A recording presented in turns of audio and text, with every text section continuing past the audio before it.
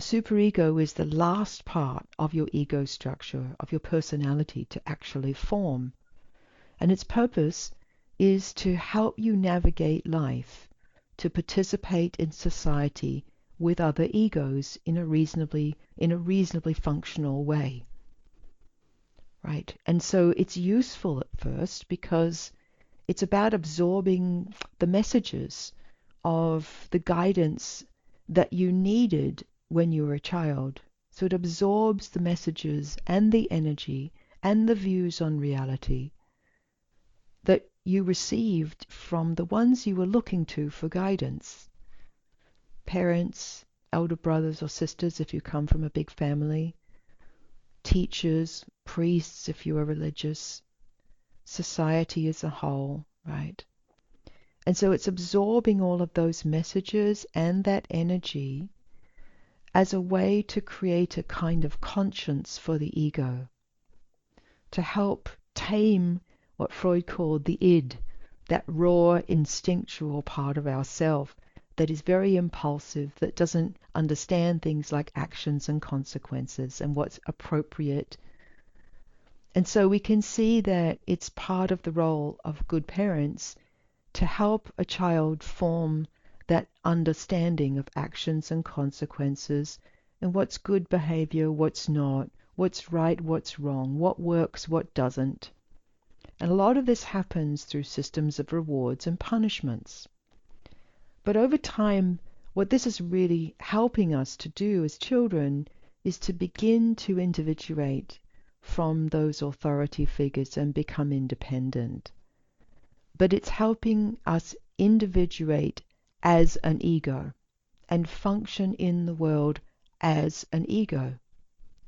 So your superego is really the navigation system, the guidance system for your familiar identity. And that's great if all that you want in life is to have a good ego life, which is what most people are about. Nothing wrong with that. But here, we're here to learn to live grace. So that fundamentally means there's an issue we must deal with this superego. Otherwise, it will keep preventing us from entering into deeper spiritual territory. You'll notice if you've studied the Enneagram, and I know many of you have, you start to see something that's quite shocking at first when you study the Enneagram.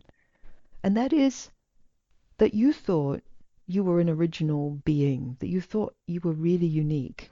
In some ways you are. And as you study the Enneagram, you see, wow, you're actually not very original. Egos are not very original, and they're not capable of being terribly authentic. Once the learning about who I am and what reality is, and then the rules of how to navigate from that are laid down, all ego can do is repeat the learning of the past.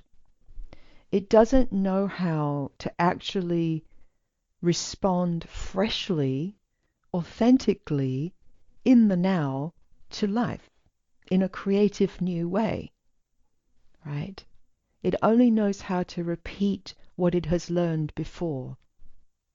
And so you'll notice after a while that this becomes an issue, because all that part of you knows, all the superego knows how to navigate you around is the old neighborhood of your past.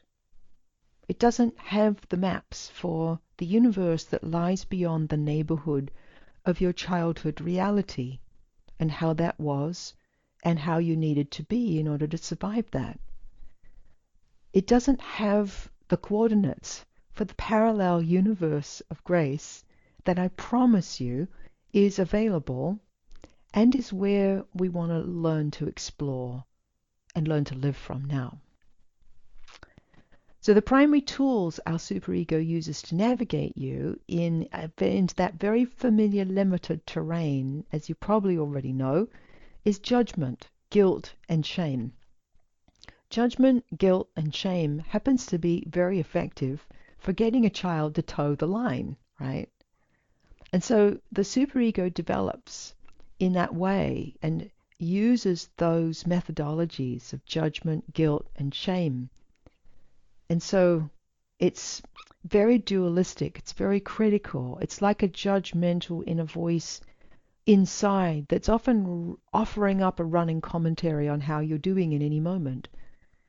And it's judging you. You're good and right when you're like this. You're bad and wrong when you're not measuring up to some ideal standard, whether that standard was laid down by yourself, your parents, your religion, your culture. And so often that varies from person to person. You're good and right when, for example, you're being really pleasing, accommodating. Or you're good and right when you're high achieving and always successful and people think very highly of you. You're good and right when you're in control and have your shit together. You're good and right when you don't make up any mistakes. You're good and right when you're always getting it right for whomever. Right? So, of course, these things are impossible and they're things we absorbed. But that doesn't leave any room for you to try out new things, which inevitably involves a little mess. Inevitably involves not necessarily having it together. Spiritual awakening involves recognizing that you don't have the answers, that whatever you've learned before has limitations. And so spiritual deepening will always require you to allow space for a little deconstruction, a little mess, feeling vulnerable, experimentation, all things that are involved in going somewhere new. However, often it can be very, very hard to let go of listening to that crackling old radio station in your mind, even though it makes you feel so crappy, even though it loops you back into states of being that disturb your peace of mind, even though it loops you back into feeling tight, contracted, unhappy, agitated, less than free and fulfilled. Recently, I went back to Australia to spend some time with my family, and it had been the longest time since I'd seen them due to the pandemic and the restrictions on travel to Australia, especially to Western Australia, which had closed its borders even to other parts of Australia to try to keep the pandemic at bay. So this was the first time I'd been there in 5 years, and it had also been over 30 odd years since I have lived there. So basically, the place where I grew up is not very familiar to me anymore. It has exploded in population, developed a lot, all the roads have changed, and for some reason Western Australia doesn't have very effective road signs, so it's not so easy to navigate around the place, particularly in Perth. And Perth has become a very big, sprawling city that goes on and on and on with all these suburbs that weren't there when I grew up in it. And my family members live in different places, and so I needed to go and visit them all. And so my father very kindly offered to give us something that he had in his old car, because the rental car that we hired didn't have a GPS in it. Strange, but there it was. So my dad got out this little square box that you plugged in, and it was one of the very, very first GPS navigation systems that they came out with. So we plugged this in, and you're supposed to plug in the address, and we're on the way to see my nieces and nephews, who are all young adults now, in a part of Perth. They vaguely have some sense of where to head. Only this GPS system is sending us in what I know is completely the wrong direction. This GPS is sending us to a route that I happen to know is on the other side of the river to where we need to go. And we're driving around, and I know this is wrong, but every time I start to, do something other than what this GPS says, it says, follow the route, follow the route. It keeps piping up, follow the route. And then when I don't follow the route because I know it's wrong, it says recalculating, recalculating.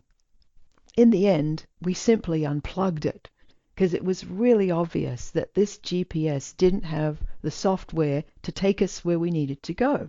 It wasn't very useful.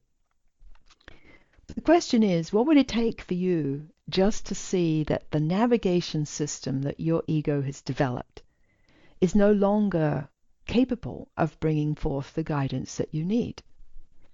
What would it take for you to actually unplug from the navigation system of judgment and shame entirely?